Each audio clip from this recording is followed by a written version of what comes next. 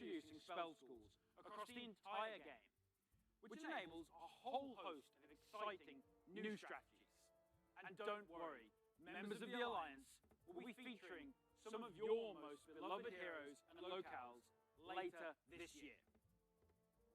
But what I love most about the Warcraft universe is its amazing characters.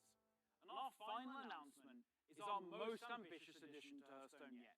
It introduces a brand new way to play with your favorite heroes. Hearthstone Mercenaries.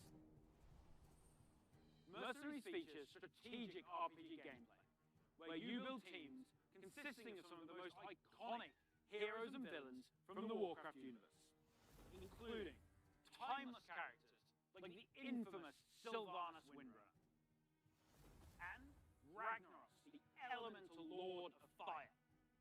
You can also expect to see some of Hearthstone's fan favorites, like the unstoppable Devil Sword, King Crush, and the ever-growing Gruul the Dragon Slayer. You'll lead them in battle through highly replayable roguelike missions, where the map is randomly generated every time you play, and each node represents a unique challenge for your team to take on. Your heroes gain levels, new abilities, equipment, and can even evolve into more powerful versions of themselves. We're thrilled to finally show you Hearthstone Mercenaries. It is scheduled to launch later this year, and we'll have more to share with you down the road. Everything you've seen today is just a taste of what's coming in the Year of the Griffin. So don't forget to tune in to our deep dive panel after the opening ceremony, where we'll share more details on the core set, the new classic format, Forges in the Barrens, and our plans for Battlegrounds and Duels, as well as our upcoming single-player content. I want to thank the team for their amazing work, and on behalf of all of us at Hearthstone, we want to thank the many millions of you who play our game. Your dedication and support is what drives us to make awesome updates and pursue ambitious and fun ideas. We can't wait to kick off the Year of the Griffin with all of you, and we hope to see you in the game soon. Next up, you'll get an update on all things Diablo.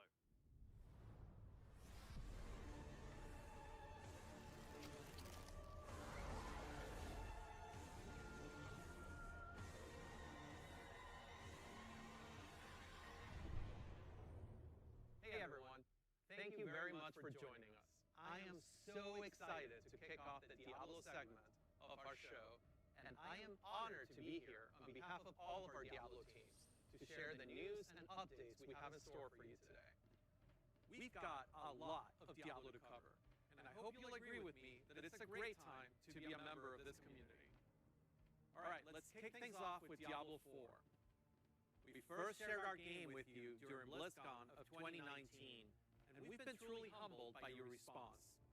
We've kept in touch through quarterly updates and sincerely appreciate the thoughts and valuable feedback you've provided as we unveil more and more of the game and share in its development. After all, Diablo belongs to you as much as it belongs to us. Most recently, we teased an update to our campfire screen, and savvy fans, of course, understood that we meant more than just the character lighting and fire visual effects. That's right.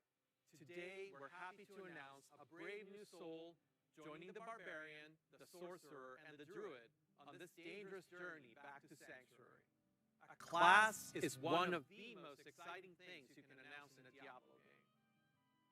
This one is especially exciting to me, as it's a re-envisioning of one of the first classes to ever appear in the series. Let's have a look.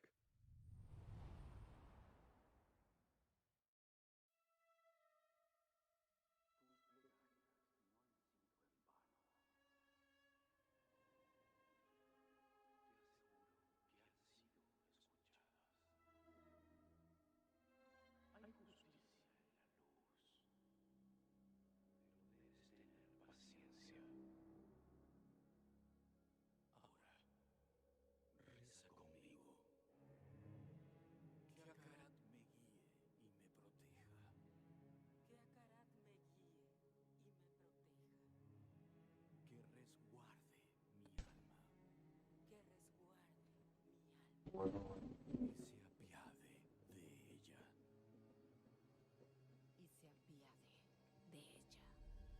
estás haciendo aquí? Ahora no es el momento. Pero vine a confesarme. Porque he pecado. Era una ladrona que le robaba a los más afortunados. Me alejé de la luz y encontré mi vocación en las sombras. A eso le llaman asesinato. Para mí es un trabajo bien hecho.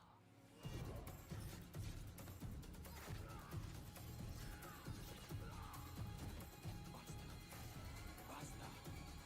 ¡Suficiente! Soy una ladrona, un hereje, una asesina, padre. ¿Cree que Akarat me salvará? Te burlas de la luz. Pero esos monstruos eran la peste entre mi rebaño. Y tú fuiste la solución a sus plegarias. Entonces he cumplido mi parte y ahora me debe. El nombre que buscas es...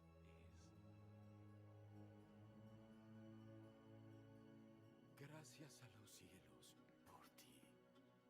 Los cielos. Se lo aseguro, padre. Los cielos no me enviarían a mí.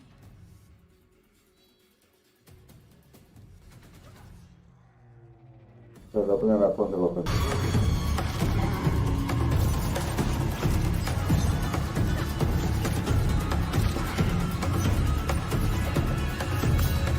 como una asesina, ¿no?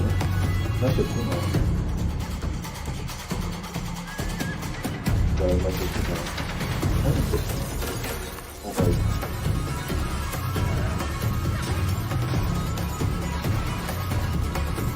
Wow, justo para que yo también me voy a contar. Justo, mira esto.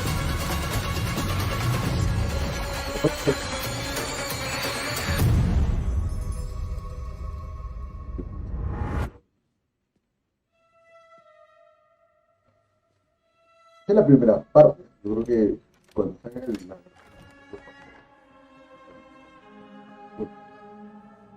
Yes. Feel, okay. Vale.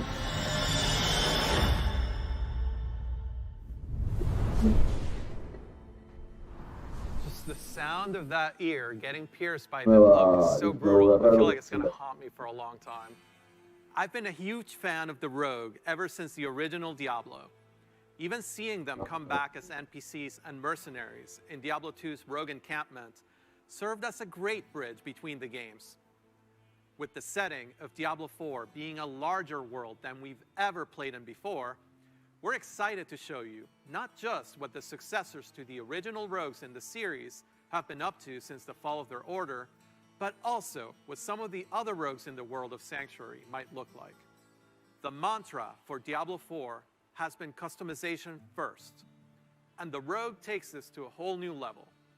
From the beginning, the Rogue has been an incredibly flexible class, able to adapt to any situation. Our goal is to let you create the kind of Rogue that you want to play. Whether it's an unrivaled archer modeled after the original Sisterhood, or a cloak and dagger rogue from the darkest alleys of Chaldeum. In Diablo 4, you will have the freedom to create the rogue that you imagine by customizing the looks, the background, and the playstyle of your character. Please stick around for our segment later today, where I'll be joined by other members of the Diablo 4 team to share a closer look at the rogue class, as well as some of the open world gameplay that we're bringing to the game. Spoilers, those severed ears are not just for show. But Diablo 4 is not the only Diablo game we're talking about today. If you're looking for an authentic Diablo experience on mobile, we've got you covered. Diablo Immortal has everything you'd expect from a AAA action RPG. From the visceral combat and epic loot to an all-new story, bridging the gap between the events of Diablo 2 and Diablo 3. Later today, you can join the Immortal team, where they'll talk about some of the things they've learned from their recent alpha test and what's next for the game. But that's still not all. We have one last bit of very exciting Diablo news to cover. When you hear us talk about the classes, the items, or the stories of the early Diablo games, you may have picked up on the absolute reverent tone we reserve for that golden era of Diablo. Maybe you share that love of the classics, and just hearing us talk about them makes you want to take on Mephisto or Baal one more time.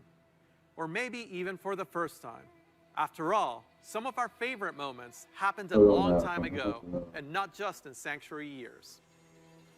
If so, we have a special surprise for you today. Let's check it out.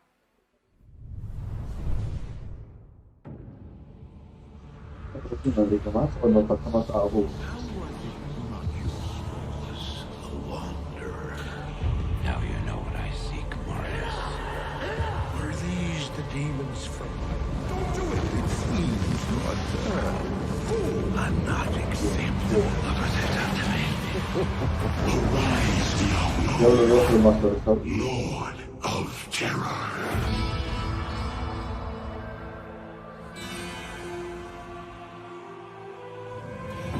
Though this be our darkest hour, it may yet be your greatest moment.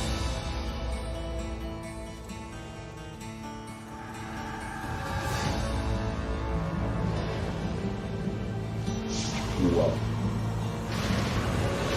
Primero bueno,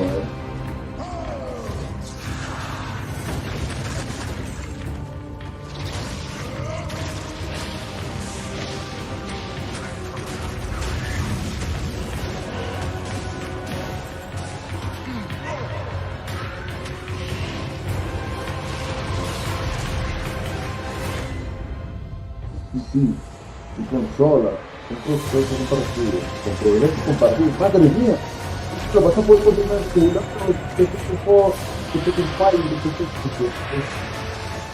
a ver, sí, pero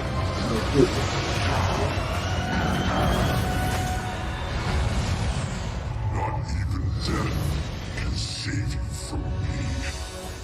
Resurrección, sale After more than 20 years, the Dark Wanderer has returned. And once again, he travels east. Always east. Diablo 2 is a landmark game for Blizzard. Diablo 2 Resurrected is a full HD remaster of both the original game and the expansion, Lord of Destruction. It takes the 2D sprite-based classic that we love and brings it into the present in 3D, utilizing up-to-date graphical rendering and lighting technologies. It also includes modernizing all 27 minutes of cinematics, recreated shot for shot with the explicit intention of preserving both the look and the pacing of the original movies. Blizzard has a long history of games that we're proud of. And when we think about Diablo 2, we think about it as a definitive pillar in our foundation. Now, it's funny to think that some of you weren't even born when D2 was released, which makes it all the more important that we deliver an authentic experience wherever you play. We want everyone to relive their memories or experience the game for the very first time on their platform of choice. And so we're excited to bring Diablo 2 Resurrected to PC and console, along with cross-progression.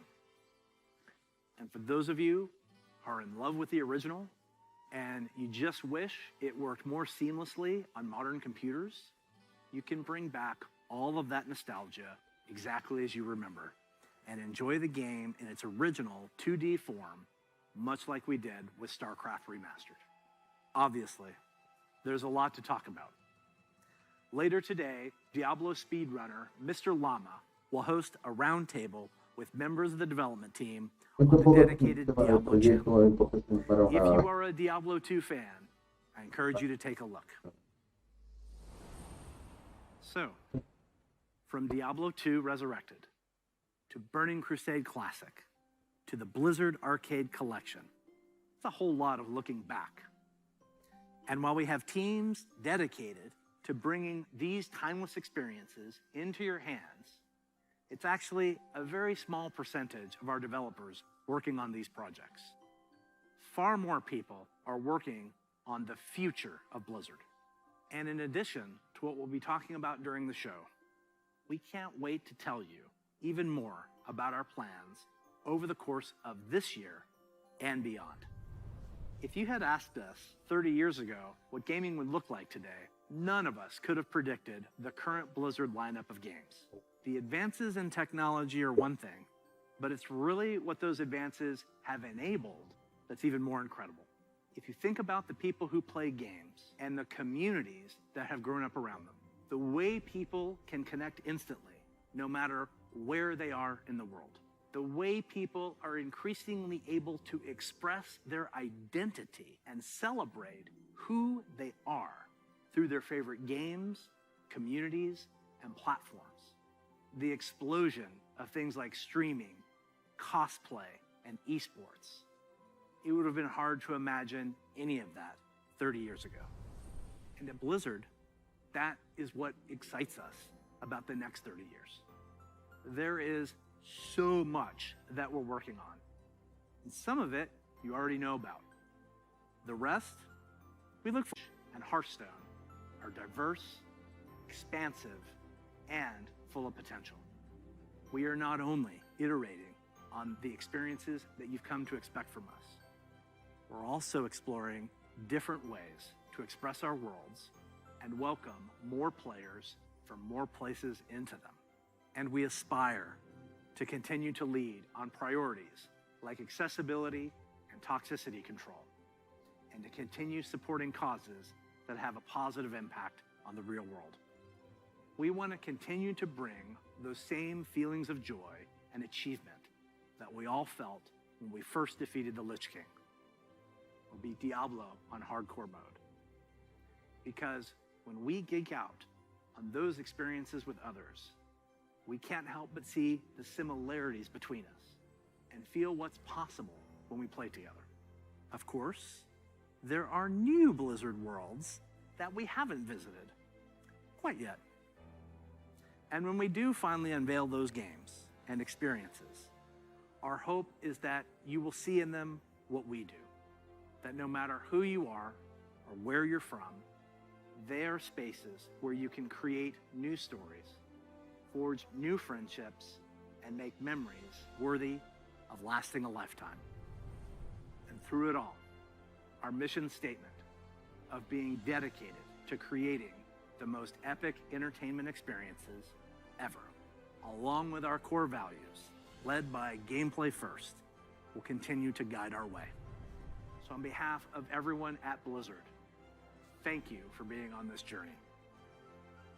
For me personally, it is the honor of my professional life to serve you, and the honor of all of us at Blizzard to be the caretakers of the worlds that you play in. We are so excited for what's to come this year, next year, and the next 30 years. Now, what's coming next for the show?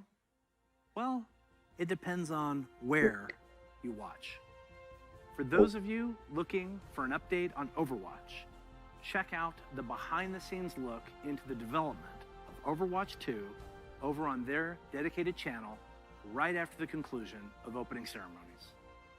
There, you'll hear about Overwatch 2, new content, new features, including new maps, hero missions, talent trees, and more of what we think will make Overwatch 2 a unique gameplay experience. For World of Warcraft, Diablo, and Hearthstone, you'll get a closer look on their respective channels. And on the dedicated strategy channel, some StarCraft legends will be going head-to-head in epic competition. Once again, welcome to BlizzCon Line. Be good to one another. Welcome home. Before we kick things off, here's a little something from a previous BlizzCon headliner. Hey, thanks for having us. We're Metallica. Thanks for having us at BlizzCon 2014. We would love to be there this year, but obviously can't be. So here we are. And Yeah, this is for we you. are copyright. Copyright.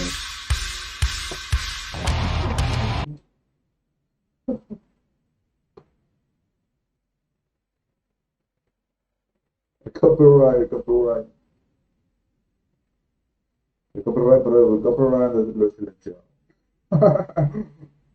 Ojo.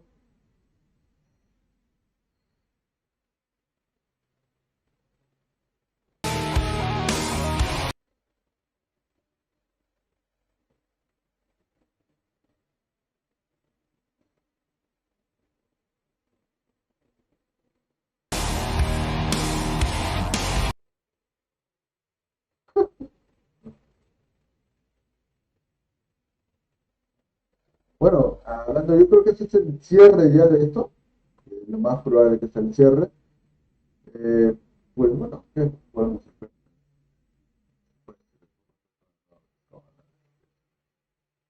Que no es tanto en mi estilo porque realmente yo sí he jugado, pero no he jugado tan...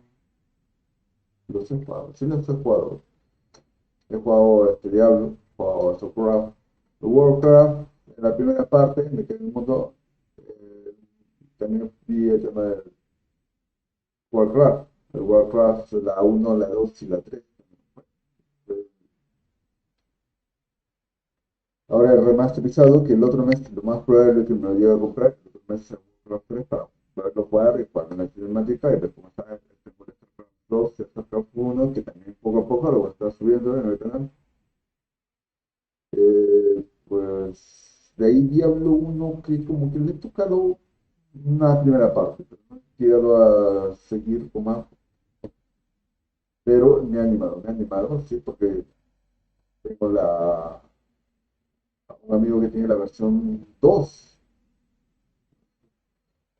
Lo jugué, me gustó. Antes ya yo lo había visto, pero no me había atrevido a jugar. Ahora esta oportunidad, el otro mes lo más probable es que esté comprando uno, otro dos.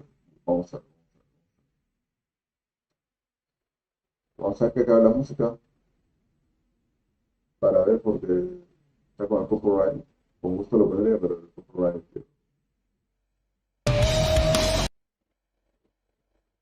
¿Qué más Metallica? Hablando de una grabación de 2014.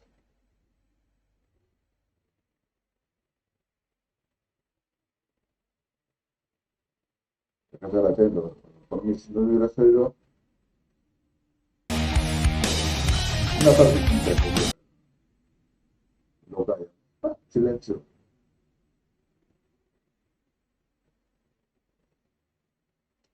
Mientras tanto, vamos a ver el cronograma de lo que hoy día se va a estar realizando en la televisión. Es un tema de ceremonia inaugural. Empezamos a las 6. Ya. Esperen,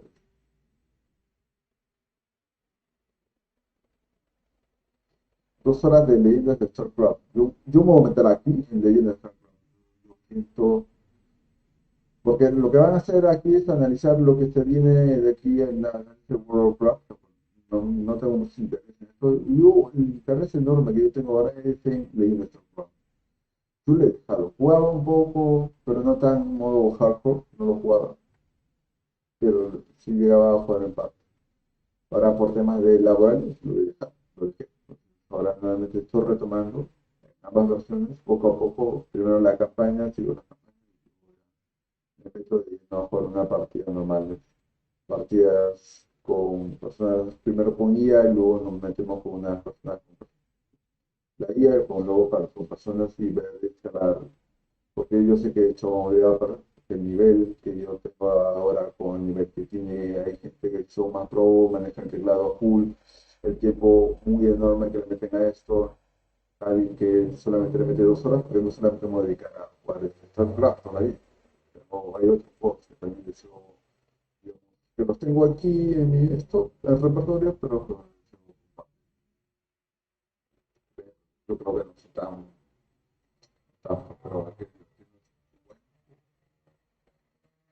pero sí es una competencia. Por ahora no estuvo. No hablo mucho de Watch, o You Never Give Us Up. ¿Los jugas? No, no. Ahora, ¿qué es lo que viene? Vale. Look at your music. I'm king of Los the carriles world! pichudos.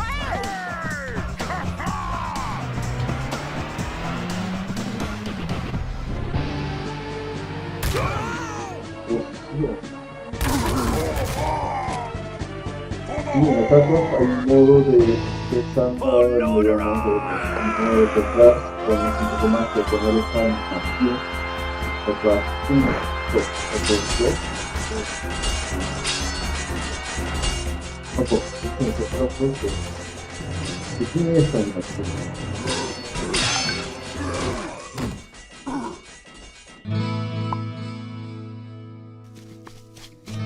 Bueno, espero que la vean.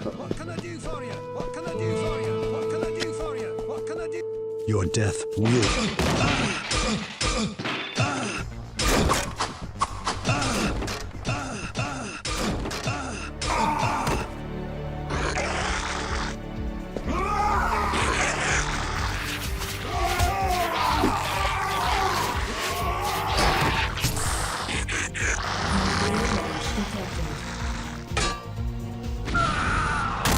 Morta Vespa Gaia Inu.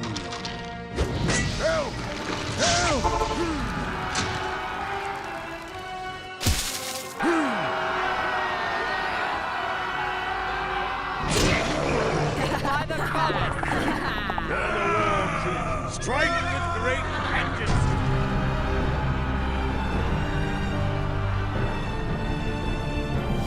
Aquí están las entradas por Warcraft no hay nadie. Yo me tenía llegado a Warcraft por lo que es Prepared! Warcraft. Frostborn hungers for your soul. Y yo creo que lo van a enfocar más para mí. De mi parte no me puedo. Pero hay gente Your time has come. que no me gusta disfrutar.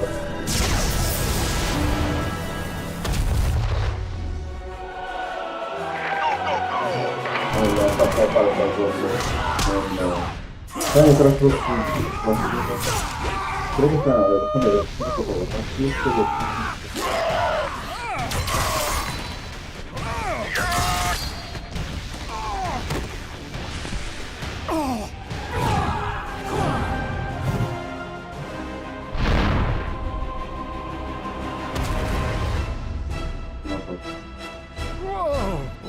Yo los dos animados. Estaba a ver una animación que me eran de cada zona de Strange.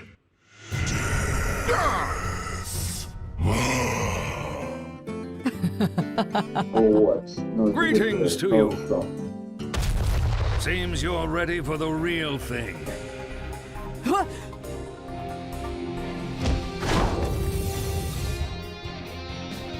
Watch your back.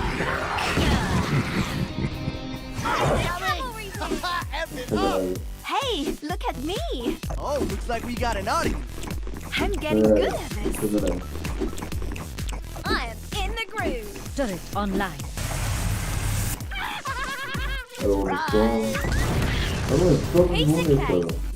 No, me debo instalarlo, pero no.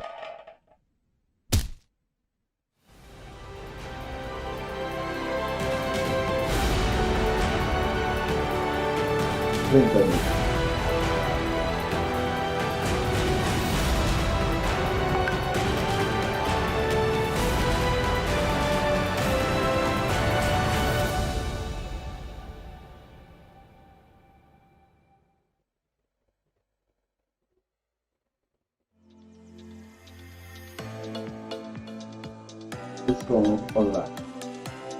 Yo creo que es todo. Son las 6:05, yo creo que nos pasamos nuestro juego. Muchas gracias por ver. Ya acabado. Iros a otro lado. Pero vamos a ver. Debería estar acá. 6:05 le digo a estar pro. Tiempo, ya no está tiempo. A ver, pero sí me acuerdo que son muy pocos, ¿no? Pero sí, yo me acuerdo en el año 2018, 2013,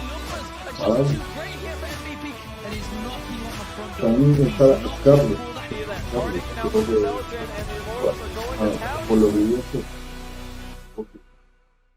What's up, everybody? Welcome to BlizzCon Day 1. I'm Tasteless. Along with me is Zartosis, and we're excited to be bringing you, an indoors BlizzCon, a one-of-a-kind BlizzCon. It's BlizzConline. BlizzConline, thank you.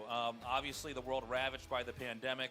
We weren't able to have a BlizzCon last year, but we're at least able to have this. And I'm excited to share these games with people today. Yeah, this should be fun. This is the StarCraft Legends match, and boy, do we have some legends for you here today. Of course, you can't have BlizzCon without StarCraft. StarCraft, one of the games that really helped to build Blizzard over the years, and of course, for you and I, everything. That's right.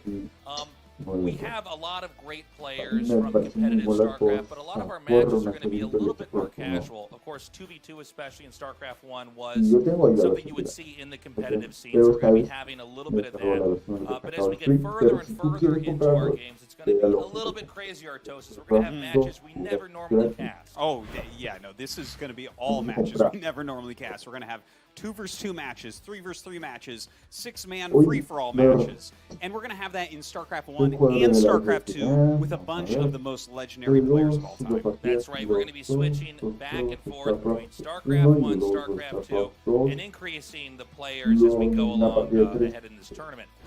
So, as you can see, our lineup, so many incredible players from both StarCraft 1 and 2, and some that have had a lot of accomplishments in both. Stork, Effort, Last, Rain, Nesty, MVP, MC, and Party. Parting was a little bit more of a practice partner, like up and coming, but that's kind of how the StarCraft 2 guys were. This is going to be just so entertaining to see this lineup of players going at it. Before we get our game started, let's go ahead and hop into a quick interview with our players and see how they're feeling before our match. 네, 안녕하세요. 반갑습니다. 송병구입니다. 블리즈컨은 2016년에 스타투 코치를 하면서 외국인 선수랑 이벤트전을 했던 게 마지막 기억에 남는데요. 그 뒤에는 이제 참가를 못했었거든요. 그랬는데 이렇게 연락이 와서 참가하게 돼서 너무나 기분이 좋네요. 네, 안녕하세요. 임재덕입니다. 제가 2015년 이벤트 매치를 했었는데 블리즈컨에서 다시 6년 만에 경기를 하게 돼서 너무 기쁘게 생각하고, 일단 테란 선수들이 굉장히 유리할 것 같은데 또 게이머들의 자존심이 걸려있는 문제라 최대한 오래 살아남도록 열심히 해보겠습니다. 보스토스 부통령 정민철입니다. 오랜만에 이렇게 찾아뵙게 돼서 너무 반갑습니다. 이렇게 좋은 기회로 블리즈컨에 오랜만에 다시 참가하게 돼서 굉장히 기쁩니다. 제가 스타2 이기는 거는 뭐 당연한 거니까 개인전에서 꼭 이기도록 하겠습니다. 네, 안녕하세요. 전 프로게이머 김성현입니다. 이번에 블리즈컨에 초대를 받았는데 되게 영광이고, 스타1과 스타2 멤버가 같이 합쳐서 이제 매치를 하게 된다고 들었는데, 일단은 스타1은 당연히 이길 거라고 생각해서 별 걱정 안 하고요. 스타2 이제 많은 경기가 있는데 그 중에 이제 한 경기라도 이기는 걸 목표로 열심히 하려고 합니다. 스타크래프트 1 프로게이머 김정우입니다. 이렇게 오랜만에 또 초대해 주셔서 너무 기분 좋고, 간만에 하니까 감회가 새롭네요. 사실 제가 스타2는 진짜 오랜만에 하는 거라서 스타2가 좀 기대되는데요. 많은 응원 부탁드리겠습니다. 안녕하세요. 네, 프로게이머 정윤종입니다. 레인 아이디를 써서 스타1, 스타2 다 플레이했던 선수고요. 이번에 블리즈컨 이렇게 초대해 주셔가지고 정말 감사드리고, 다시 한번 팬분들이랑 이렇게 좋은 기회 얻을 수 있게 해주셔서 정말 감사드립니다. 꼭 좋은 경기 보여드릴 수 있도록 하겠습니다. 감사합니다. 네, 저는 MVP라는 아이디를 사용했던 전 프로게이머 정종현이라고 하고요. 이렇게 팬분들께 오랜만에 인사 뵙게 돼서 너무 기분이 좋습니다. 제가 게이머 때부터 블리즈컨이라는 대회를 가장 참가하고 싶었고 참여할 때 가장 우승하고 싶었던 대회인데 스타1과 스타2를 함께 하는 이번 경기에서 스타2는 꼭 그래도 다 이기도록 하겠습니다. 네, 안녕하세요. 저는 스타크래프트2 게이머 원인삭이라고 하고요. 레전드 선수들과 함께 할 수 있어서 너무 기쁘고요. 그리고 큰 행사에서 팬분들을 만날 수 있어서 정말 고맙고 영광입니다. 하지만 근데 스타크래프트2 대표로서 꼭 이길 거고 스타크래프트1 선수들은 긴장했으면 좋겠습니다. Okay, very exciting to see our players there now. I'm so glad we're able to have an event like this, despite the world being quarantined, everybody being separated. At least the internet can bring us together. And this match, to start it all off, is going to be these players on the classic StarCraft 1 map, Lost Temple. Oh, this map brings back so many memories. One of the most played maps of all time within StarCraft 1. So there's no doubt that all four of these players have played it a lot. And in fact, it makes a kind of interesting 2 vs 2 map. Now let's take a look at our StarCraft 2 representing legends here. MC and Parting, of course, as I mentioned before, they were pros in StarCraft 1. They switched to StarCraft 2 and got a lot more championships, fame, and all that. MC, of course, I mean, this guy is one of the most successful players of all time. He did more to shape early Protoss than anybody else.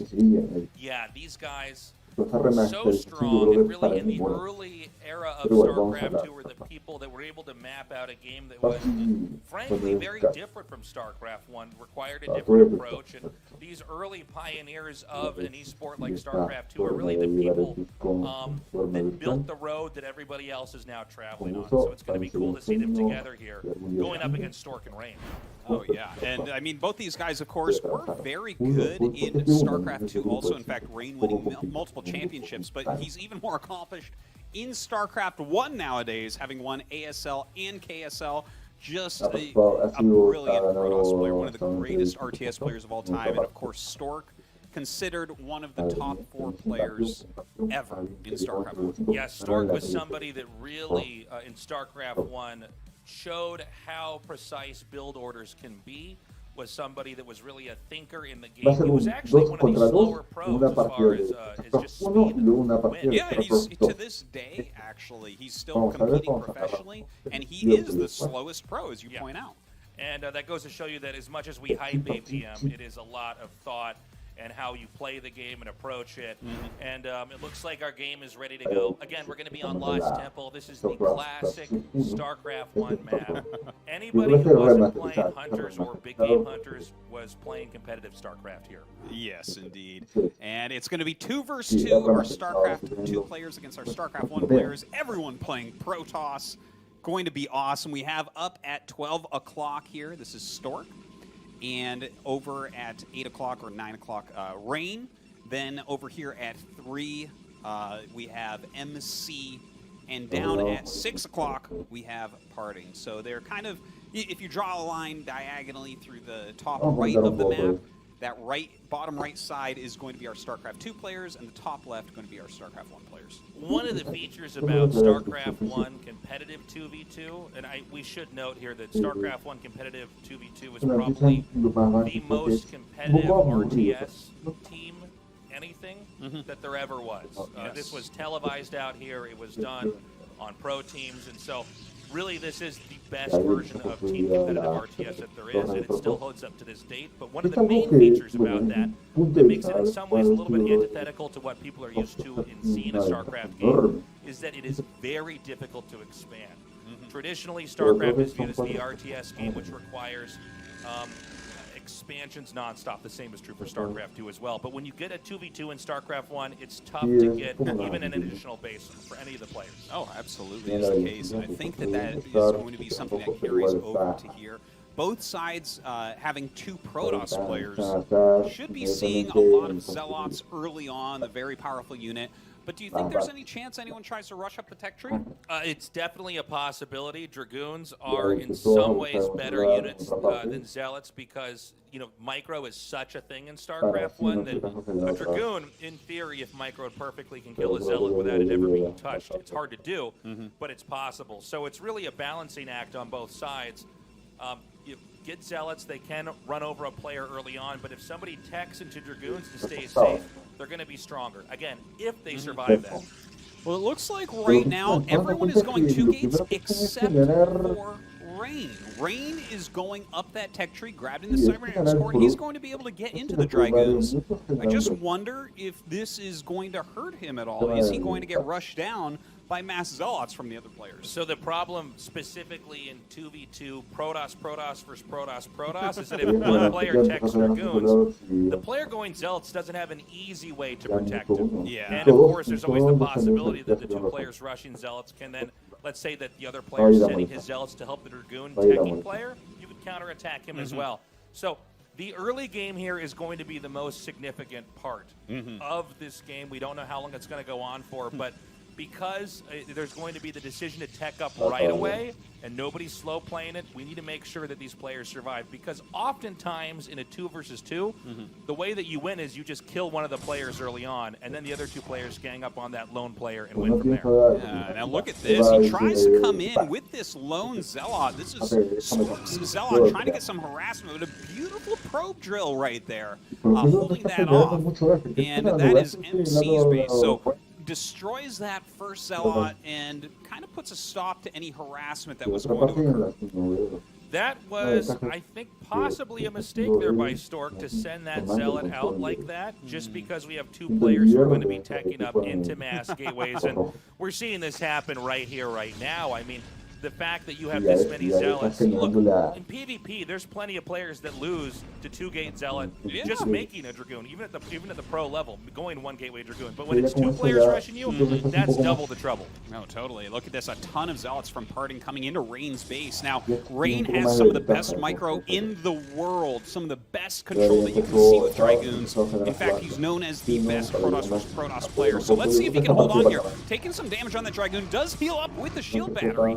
But it looks like the blue team here definitely has the right idea by targeting down the battery. The shield battery cannot heal itself, and so usually in a rush, it's the first target that you're going to be trying to go for. We have the Dragoons being microed as hard as they possibly can to try to hang on here, but this is so much damage coming here from both Party and MC. There's just so many Zealots getting into his base. This could be very, very bad for Team StarCraft 1. The StarCraft 2 players really showing them how it's done, but there is that counterattack going on.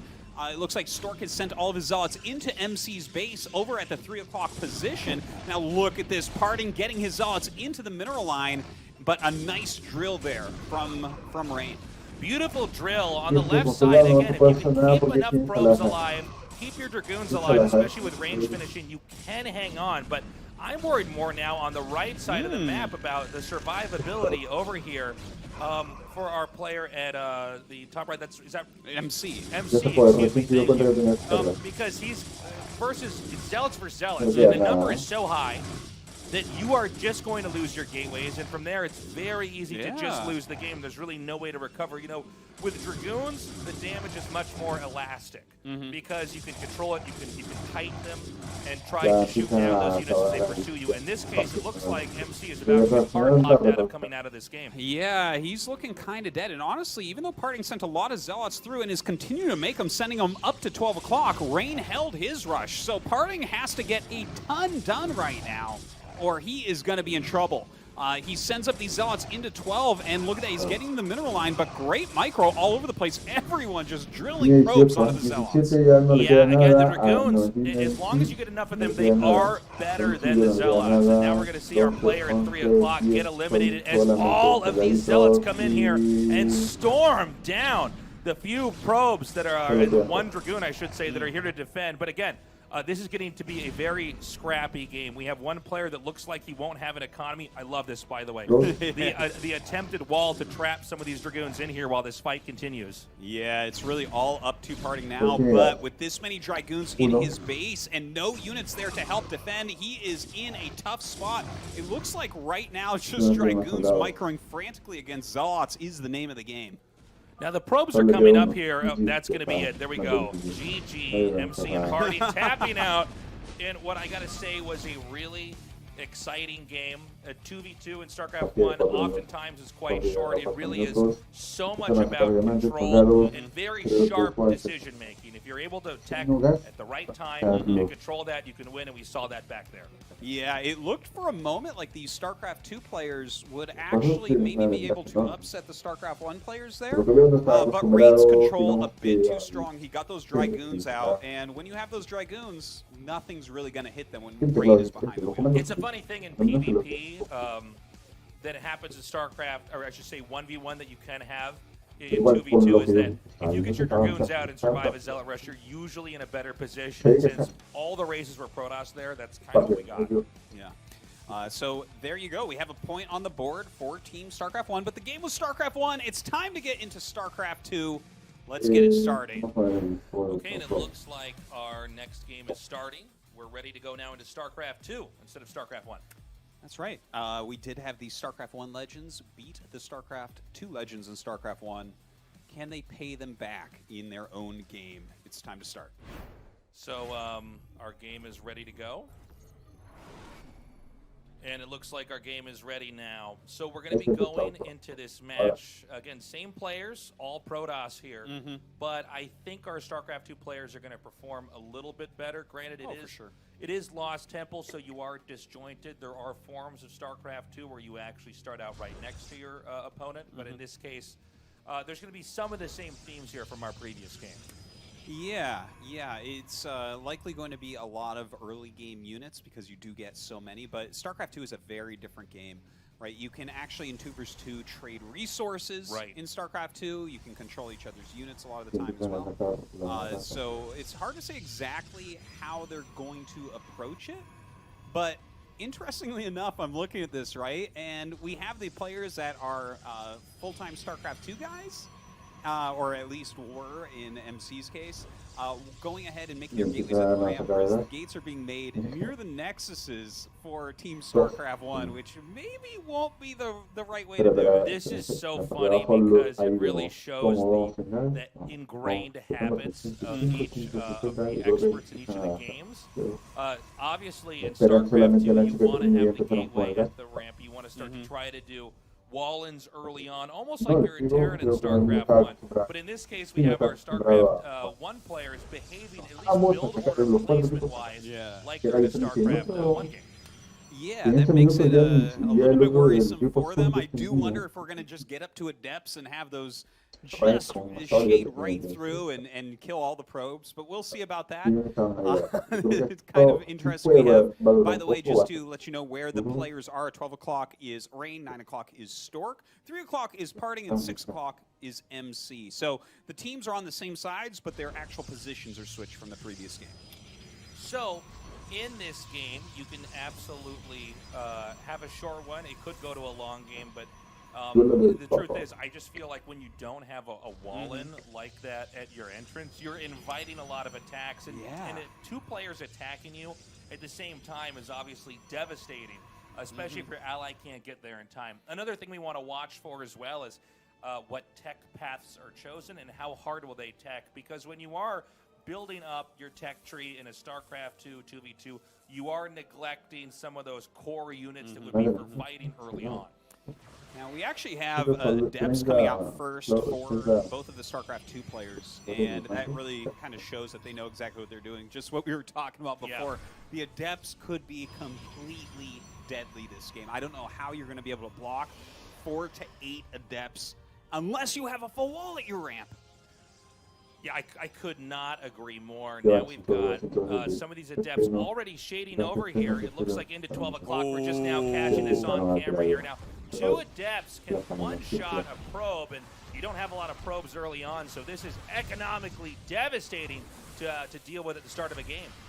Yeah, he is dealing a ton of damage right there. A lot of probes end up falling here for Rain. He is in some trouble, but he does have those stalkers. He loves those stalkers and pushes them back for now. So he does have a slightly stronger army, but took a big bruise to his economy. Now a lot more Adepts shading forward, going towards that mineral line.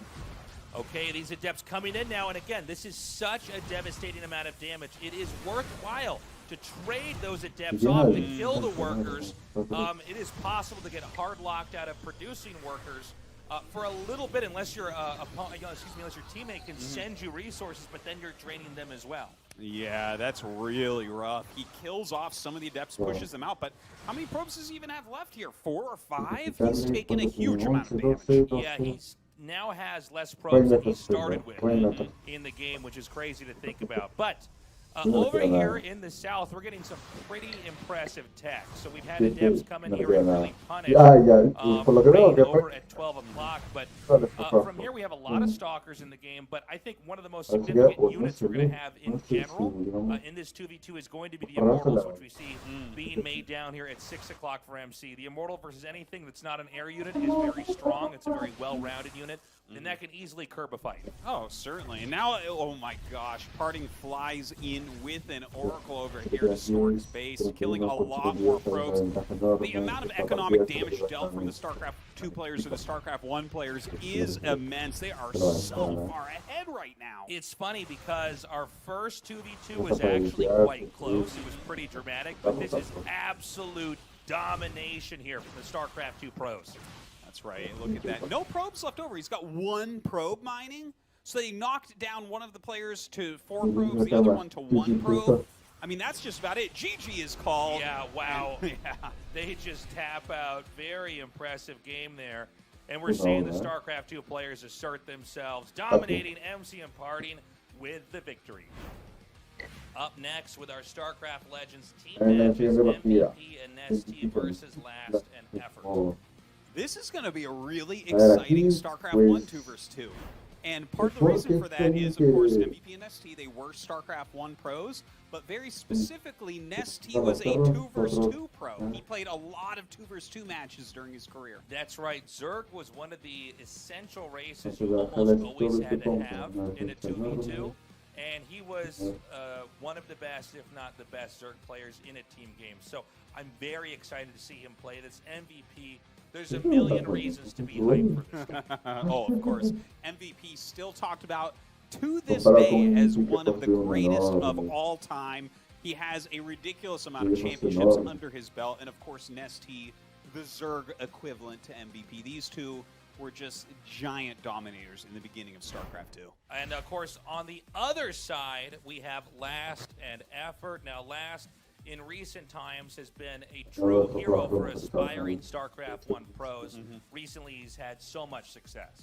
Yeah, he's won an ASL, he's won a KSL, and honestly, he had a short but strong career in StarCraft 2 also, so it'll be cool to see him play some of that again today.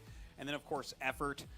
This guy is one of the most legendary Zerg players of all time, and the only player that actually beats Flash in Best of 5s. And Team EZ is, or I should say, Terran and Zerg is a very common 2v2 team to have here. So it's going to be a Terran Zerg versus Terran Zerg. Should be very exciting. And it looks like our game is ready to go. Let's get this started. So our map going to be Lost Temple here. Once again, we see Last over here at the 9 o'clock position. A great Terran player, multiple championships for him. And his teammate is actually going to be over at 3 o'clock. So cross map, it's going to be Effort. Yeah, this is, oh, we have some conversations here actually with our players. One hatch mute, as he says. I love it. But yeah, we have MVP up at 12 o'clock, and we have Nesty down at 6 o'clock. Oh, man, this is going to be really fun to see what these guys actually come up with. One thing about early Zerg units and early Terran units is that they're very brittle. This will be quite different from our first 2v2 that we casted here where they were all Protoss. The Protoss Tier 1 units especially are very meaty. They can take damage and you can a lot of times force situations. Here, any miscontrol on either side and it can be very, very explosive. You can lose everything immediately. Right now, Last is sending out a very early SCV here. It looks like he might be going for like a proxy barracks play.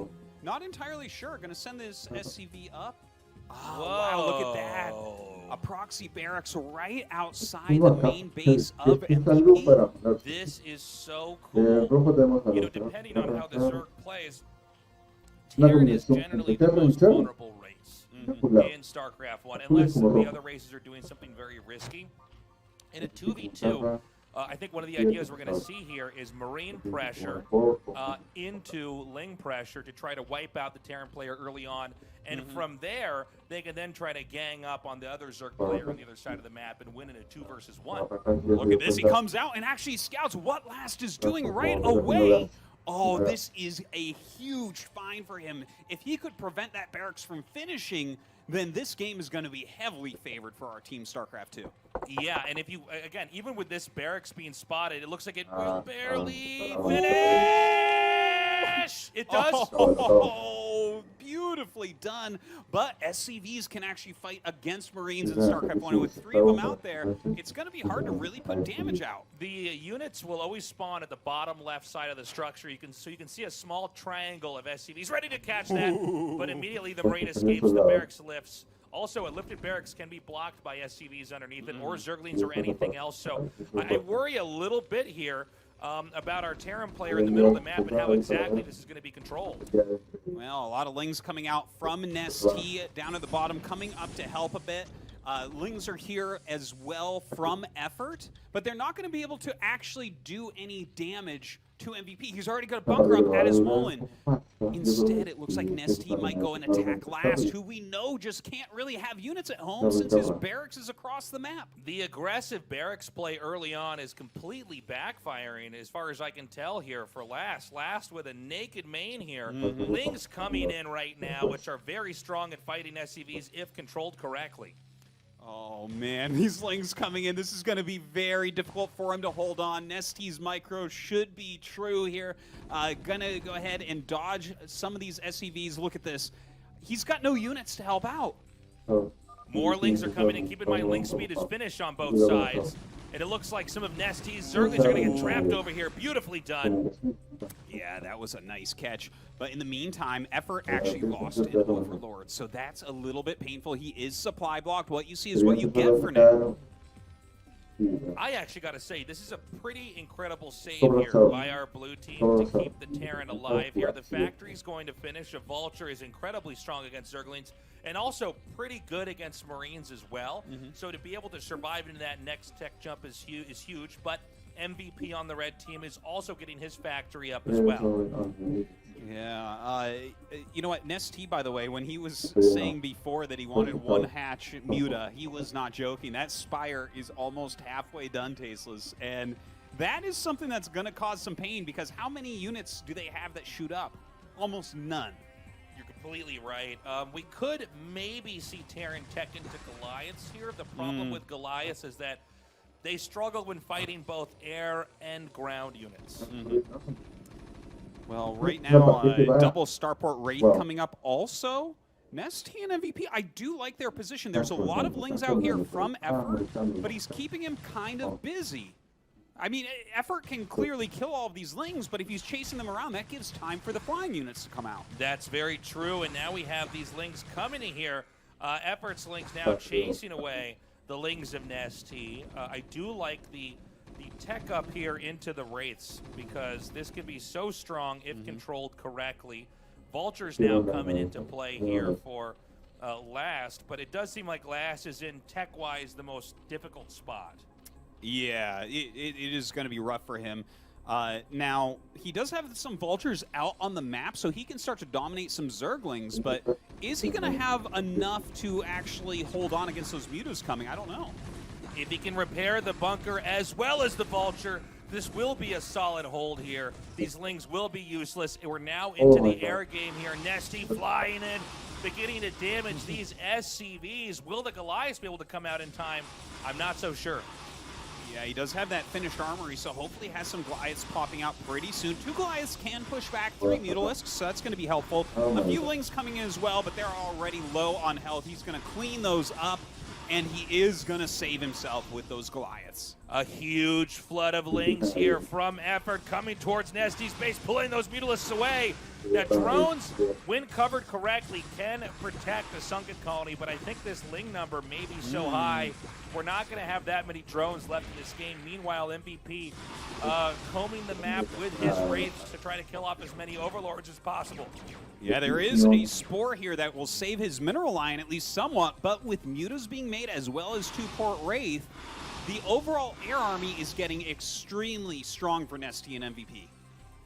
You can see now these Wraiths really chipping away here at Effort in this position. It is Nesty that has the Mutas out. Mutas comboed with Wraiths are probably going to keep these two players, I'm talking about last and Effort in this case, separated from each other. And if you're separated and isolated, you're very likely to lose a 2 versus 2.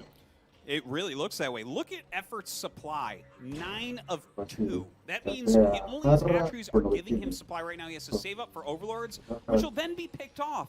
Really, this feels like Last is playing a 1 versus 2 right now. That's right, and keep in mind, you can always fly in there and kill those Overlords off again and again and again. And with that kind of production gridlock, it's possible you're never able to come back.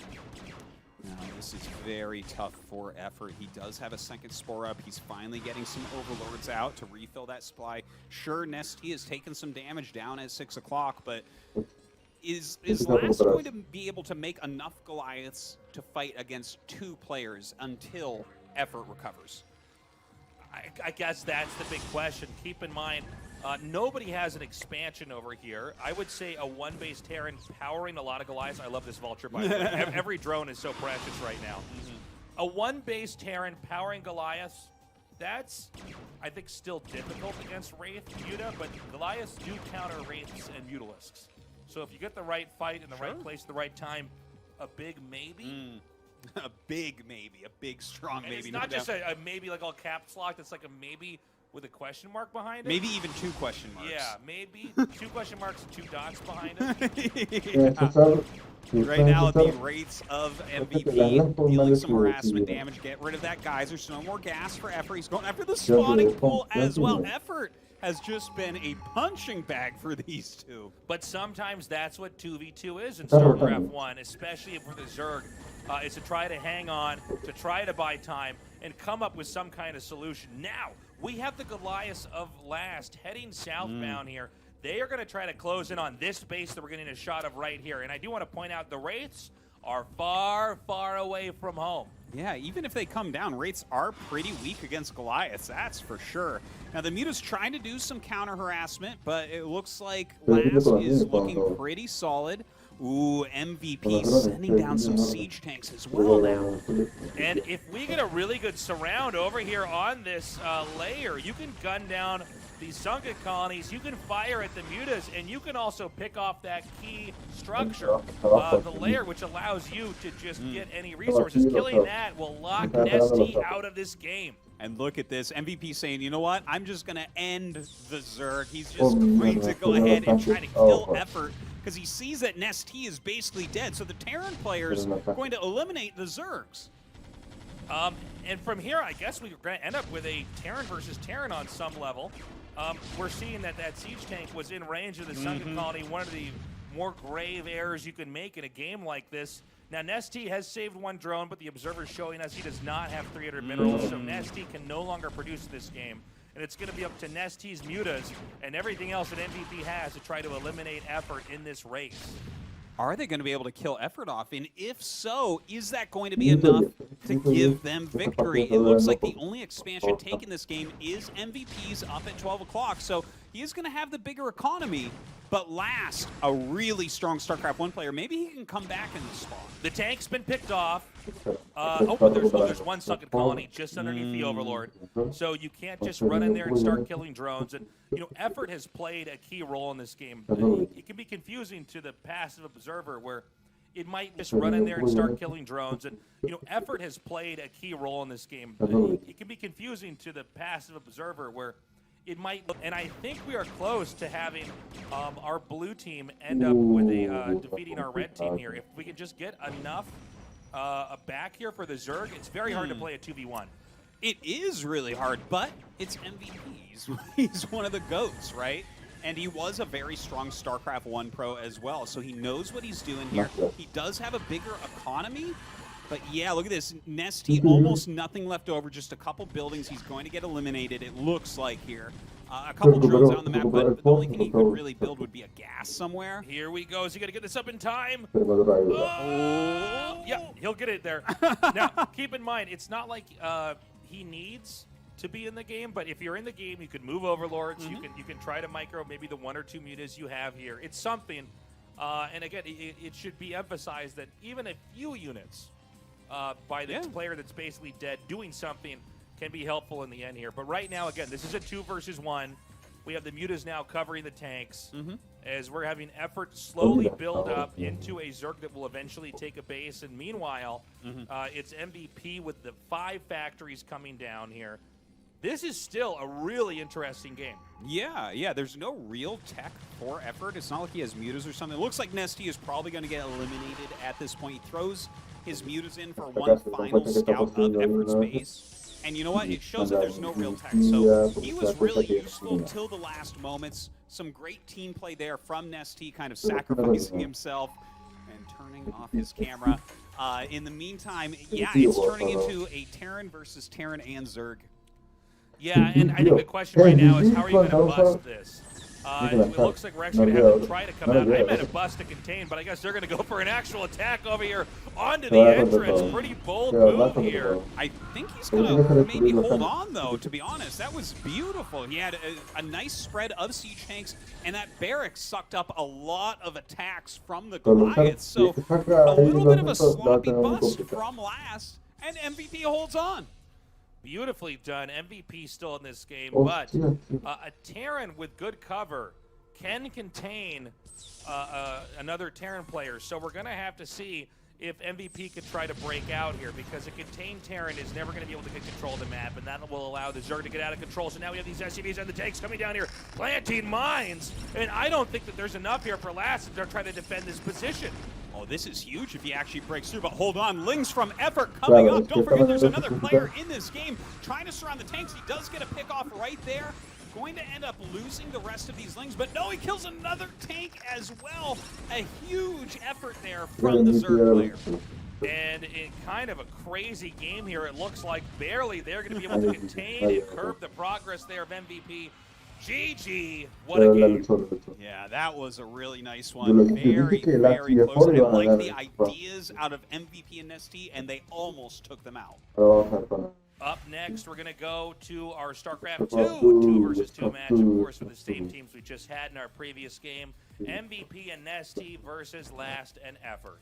All right. I wonder if they're going to do a bit better than we saw from the StarCraft 1 players in the last StarCraft 2 versus 2. Because that was pretty one-sided, right? They just died instantly to the Adepts. It looks like our game is ready. We're going to go ahead and hop into this in our 4th 2v2 here at BlizzCon Live. In this case, we have our blue team here on the bottom right and our red team here sharing the upper left.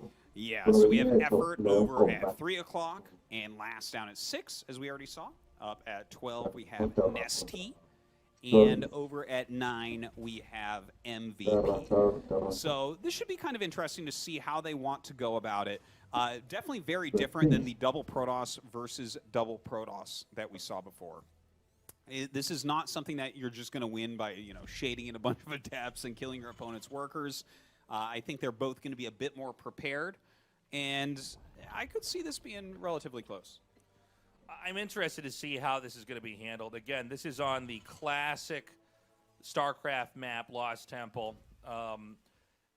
But you're not sharing spawns like there is in StarCraft 2, 2 versus 2. But you can, of course, share resources. So there are ways to come back. As an example, in that last game, we did see Nest T save a drone, and he was unable to make a hatchery because he didn't have enough minerals. In a game like this, if we have a similar situation, you could send Nesty minerals and he could restart from there. Yeah, that's actually a really good point, right? If you're only a few minerals off, then suddenly you can change the game around. You know, StarCraft 2 is definitely a game where you can get a bit more mobile early on as Terran as well. Like That's a lot right. of players will like to go for Reapers, for instance, which of course are very fast. They can kite against all sorts of different units. And we'll see if that's the kind of direction they want to go in. But in that case, it's going to be a lot harder to kill your opponents, right? Because they can actually come up and help a bit more. I like what you said about Terran being a little bit more viable in the early part of a StarCraft 2 match. The Marines are a little bit better. StarCraft 1 Marines are good when you get a certain amount of them. Sure. But definitely in this case, it should be a different game. Now, we're seeing a Baneling's Nest come down here. Banelings are already critical. If you're going to one base, you need to make sure they connect, I should say, perfectly. But I'll tell you what, man, when you're on against 2 players, every Baneling has to connect to its target. Yeah, but look, there's a rush going down right now. MVP and Nesty sending Lings, sending Marines, trying to get a bunker up right now. Some additional Lings from Effort coming down and actually getting a nice surround there, trying to reduce the Marine count, which I think is absolutely critical because of that bunker. Beautifully done there. The Baneling's Nest over here for Nesty about to finish up. But for now, there's this bunker in kind of an odd spot on the low ground. This Marine not on the inside, and he needs to get inside pretty quickly. Barely does manage to do so. But on the high ground, this bunker's about to finish, and this is certainly going to be something easy to reinforce. It's hard to imagine. Well, I say that, but then when this Baneling's finishing, I'm really getting to see the idea of this strategy. The Banelings could come up here and just tear open this entrance. That's going to be hard to deal with. Yeah, they definitely will tear it open, too. The bunker goes down. The reactor goes down. Has the depot killed as well. Very few units left over here for last, and the Speedlings of Nesty getting into his mineral line. And now taking this much damage early on, going to be very difficult to ever imagine somebody recovering from this. Yeah, sure, you can lift your command center off, try to go somewhere else, but really, this is so much damage so quickly, it does seem like the other team can now 2 versus 1 and overpower in somewhat of a similar fashion that we saw in our previous game. Yeah, a lot of damage dealt, but now Effort roaming the map with a big group of Roaches, and honestly, looking at that unit tab, these Roaches beat everything that's on the map right now. Yeah, these Roaches are really the muscle on the map that can't quite be dealt with. I mean, this is one of the things about when 2 players gang up on one player early on. If that other player doesn't do everything to try to save him, they will at least have a much more powerful tech, a stronger army. Yeah. And sometimes we see games swing after that. Yeah, we're going to see if that swings now because he is walking across the map with a lot of Roaches. Some Spines going up for Nesty at 12 o'clock. Let's see if he can end up holding on. Yeah, I think he'll be able to, right? That's a lot of Lings. He has a couple Queens. The Spines are going to finish. I don't think Effort can get him. This is a great block up here. Anything to buy a little bit of time. Now, keep in mind, our Terran in the blue is not out of the game just yet. If he can get a few more mules down, make a few more SCVs, he might be able to squeeze through. But over here at Nesty's base, these Roaches coming through here, taking the Queen out, or I should say almost taking the Queen out, now going for these Spines here. And it looks like Effort will be pushed back. The Marines coming up, trying to pick off the few Roaches that are running away. Good micro there from Effort, getting the maximum value out of those Roaches before they fall. Yeah, this is some incredible play here. And right now, a lot of players are limping through this game here. We have our red Terran and our blue Zerg with muscle, with the ability to fight on the map. The other 2 players are trying to recover and catch back up. Here we have the Banshee coming in here. No real easy retaliation from anywhere to try to stop this thing. No, 2-Starport Banshee looked like it was a great idea here from MVP. He's going to have Cloak, which is going to make it even more powerful. It looks like he's got enough at this point to maybe take everyone else out of this game. Yeah, the fact of the matter is that there's no easy response to the Banshee, especially if they're coming out in pairs. And as the last SCVs are falling here, this is very quickly becoming a 2 versus 1. But Nesty in a bit of trouble. Last sending up a couple Hellions before he's out of this game to deal some additional damage here. Effort with the Roaches as well. He's going to be able to get on top of those drones. So this could turn into a 1 versus 1, but MVP with this many Banshees seems really favored. MVP coming in here and beginning to hammer that expansion there in the center right. And that is huge. Nesty pulling his drones out here as the Hellions meet them. The Terran's still in this game doing quite a bit of damage. These Banshees really going to town as well, taking out some Queens. Transfusions going down. Good micro again by Effort while he kills off Nesty. But the Banshees, like, there's no answer. What are you going to do? Walk your spore forward? Yeah, there's just not any easy response to this, is there? Another queen pops out. Maybe this will buy a little bit of time. But again, right now, so many players battered and bruised here. 12 o'clock is almost completely wiped out.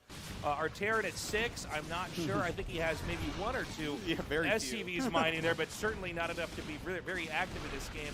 But the real story, again, is these Banshees just doing so much damage without any easy way to respond here for Effort. Oh, Effort is just taking massive economic hits here left and right. He's trying to make more spores to stop those Banshees. It's not working out so well. Queen does pop out to help a little bit.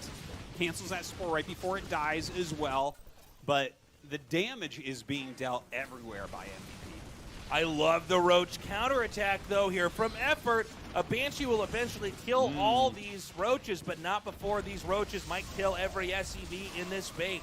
Yeah, they definitely could, but with 2 Banshees attacking, the SCVs stopping them from walking up any further. It looks like that will be cleaned up. In the meantime, the Banshee harassment at Effort's base has finally been put down, but MVP continues to produce. So much damage dealt over here, but I would say that as the dust settles, there's going to be enough SCVs here for MVP to be a real threat. His Banshee production has not been slowed down at all. He is continuing to throw those out for more and more damage. Oh, a couple mines just going burrow under them. Just barely can't lock on time. Running up here now. And again, 2 Banshees can easily target fire down 1 mine, so once you zone out that mine, the mine has to unburrow and try to attack it somewhere else. And both of our blue players are just a few Banshee shots away from losing key things that will keep them in this game. In this case over here for Effort, it's going to be the hatchery. If the hatchery's knocked out, you cannot mine anymore. Both of them at below 10% HP. Oh my gosh, he's going to get the one in the main base. Luckily, there is still one at the natural for Effort to mine from.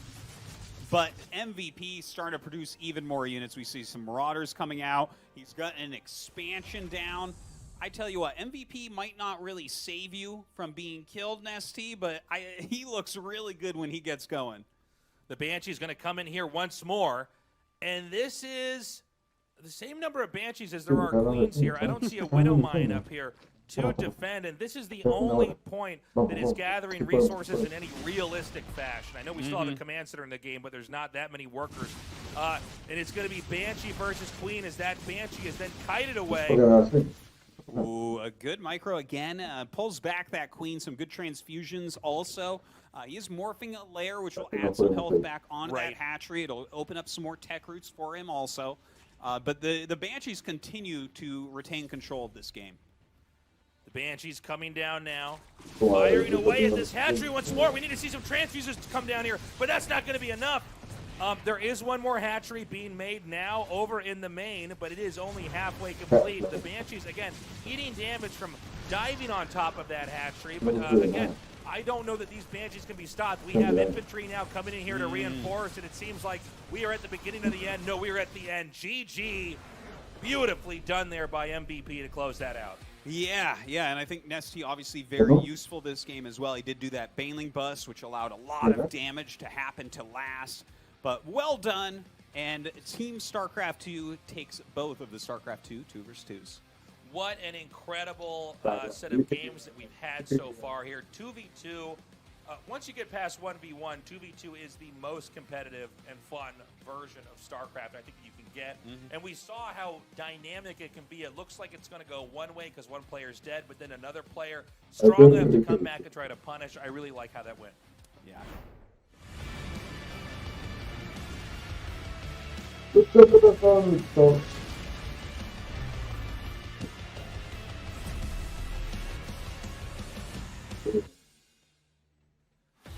And now we're going to amp it up, everybody. No more 2v2s. 2 week. Now we're going to 3v3s. We're going to have one player representing each race. On the map, Big Game Hunters. Or known as BGH. This is one of the most popular maps ever in the history of StarCraft. Everyone's played BGH, right? That's right. And if you were one of those diehard BGH players, you weren't probably were not playing with Artosis and me. At least not in the early days. No, the truth be told, I did start out on BGH like many other players. But This is a great map, especially for beginners, because you don't have to focus as much on expanding. But it's also really fun to see what happens when you put pros on it, especially in a team game. Our game is ready to start. We're going to go right into this. And I got to point out, even though this is a map we tend to think of where players are mining constantly and it's going to be huge, the reality is you can also rush each other. Nobody's going to stop you from rushing. This is not a no-rush 20-minute BGH. Well, it is 3 versus 3. We'll see more about that. We just saw in the top left, we have MVP. In the top center, we have Nestea. And over there at 9 o'clock, we have MC. So they're all kind of towards the top left of the map. In the top right, we have Effort. In the bottom right, we have Rain. And in the bottom left, we have Last. So our StarCraft 1 players are all very split up from each other. But really, I think one of the big stories here is Nestea and MVP are right next to each other. They are as close as you can get on big game hunters. That's right. Also, another thing to keep in mind is that this map is not shaped perfectly, depending on the version that we're on here. So there are certain positions that are better than others. For instance, where this SCV is, if you were to go just a screen north of that, tanks can hit the mineral patches of that expansion. Again, if expansions come into play, there is no rule that says at this level of play that you can't rush each other, even though we tend to think of this as a map where, you know, there's going to be a Protoss with 12 carriers and an Arbiter, and the Terran's going to have battle cruisers, and Zerg's going Guardians and Devours.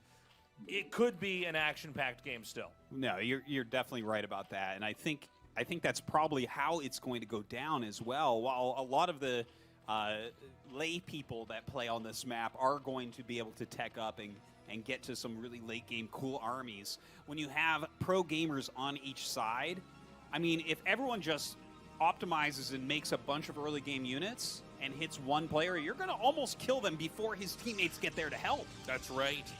So we're seeing 2 gateways thrown down here from our Protoss. I guess I'll cross the map here. It looks like it's going to be Zerglings with speed immediately as well. This is among the most common Zerg openings in 2v2. Of course, Zerglings probably the best unit realistically in the game. Yeah. It's hard to tech up in any team game for the Zerg. The highest tech you tend to see is Mutalisks. And they usually stay on that for a long time after that. But getting link speed right away is a very strong play for sure. Oh, yeah. He's going to be able to help his teammates as well as attack with these very, very quickly. And that is going to be important. Now, all 3 StarCraft 1 players really making a lot of units. Rain is going to Gateway Zealot. We have a Barracks in a forward position here for Last, adding some Marines in. Ooh, he even picks off that making SCV, but also, of course, those Speedlings, as you mentioned, from Effort. This Barracks here is very important. It can help with the wall off, but it is there then denied. A probe, an SCV, Marines, and Zerglings putting pressure over here to our player at 12 o'clock. This Marine needs to get behind. And now a bunker's going to go down there. This is going to isolate the Zerg, and this could be a very scary moment here. MVP going to try to come in now and help defend. Oh, but the Lings actually all die. Nestea losing a lot of his units before anything else is there to help. MVP bringing a lot of SCVs down. We also have a random Zealot mixed in here from MC that's worked his way up. And, I mean, I guess they're going to be able to stop the bunker from going up at least, but he's lost a lot of his SCVs. Yeah, this is a lot of damage to be taking right away. MVP going to pull away. Was this an overextension here from our blue team? It may be the case. Ooh, some damage being dealt as well as Effort runs around with some harassment. Last going to have to pull back with his Marines. MC giving chase. And we see Rain in the bottom right starting to tech up to those Dragoons he loves so much. Okay, nobody taking too much economic damage. That's the most important thing to take away for now. But the counterplay here from the red team is very strong. The fact that there is this Barracks out here for Last in a far-out location means that can be forced to lift, and therefore Marines can be denied from production. Yeah, he's made a bunker, so he's going to try to protect himself with that. In the meantime, actually hunting down some of these Zerglings from Effort. Looks like MVP fielding quite a few Marines to go with the Zealots of MC. And this is some pretty incredible pressure we're seeing. You saw MVP telling everybody, go bottom right, push now. And we're seeing that down here, there's not really that much to defend. I mean, the Zealots, if they're on the outside, they're going to be outnumbered. If they're behind the gateways, the gateway production is going to fall here. And really, you know, between a hard rock and a cliff, there's no good way to go about doing this, man. Both ways to handle this suck. And we're going to see MC in a very, very good spot here because he's going to crush through the rest of these Zealots of Rain. Well, just with those Marines pelting them from behind, you're going to kill the Zealots so quickly. They put out a lot of damage. The pylon goes down, so now the gate's unpowered. It looks like Team StarCraft 2 going to push forward into Rain's base. Yeah, this is going to get pretty bad pretty quickly. And again, with the Marines here and Zealots and Lings to cover it, there's no real easy way here for Rain to try to defend. I love the Vulture coming down here, also doing damage to MC, but the real story is what's happening here at the bottom right side of the map. Some great micro coming down. Effort getting his Speedlings on top of those Marines. Not going to be a lot of Marines left over, but 6 kills with that Vulture. Last getting a lot done with a little over here in MC's base. And from now, with Rain, I mean, taking so much damage down there in the bottom right. He has workers. He can begin to recover, but it may be blow after blow after blow as this game continues on. You can see the rallying of units here in the red with their targets set on the weakest player, Rain, in the bottom right. Yeah, but look at this, the Vultures joining in. These Vultures theoretically can kill everything with the right micro. So we'll see if Last can really be the hero of his team. That's right. You know, the Vultures are very strong, but they're also very brittle units. They really are glass cannons. So if they're not controlled correctly, they can be killed by anything as well. But the gateway's up here getting denied once more as we see our red team diving on top of that pylon. Ooh, yeah, they are going to unpower those gateways once again, but Effort bringing down a lot of Lings to help out this time. Looks like it will be a cleanup of these Zealots of MC. Okay, the fight continues on down here. Sometimes it looks like one player could be getting beaten up, and that's going to cost him the game. Sometimes it's actually the opposite. The fact that you hung on means your teammates can power up enough. They can really do damage. I love the Ling play here by Nesty. He's absolutely got the right idea. Attacking right where the Vultures come out and stopping them before they can get numbers that are going to be too huge. Now look at this. He's actually sacrificing his Lings to stop the Spider Mine upgrade. What a nice move. Mines would absolutely rip this game open for Team StarCraft 1, but Team StarCraft 2 looking pretty darn strong. Look at this, trying to hold on. They have this beautifully placed bunker. Nesty with the endless Ling flood keeping everything out. You're really seeing why Nesty was the MVP in 2 versus 2. Denying that upgrade and then denying the Vulture push at the top. 2 critical moments in this fight. Absolutely the case. Now Rain out on the map with some of his Dragoons, but looks like MC has more. Don't forget, MC is kind of out there on his own. He might be the player that they want to attack. This is a crazy moment here in the middle of the map. Now, Dragoons beat Vultures.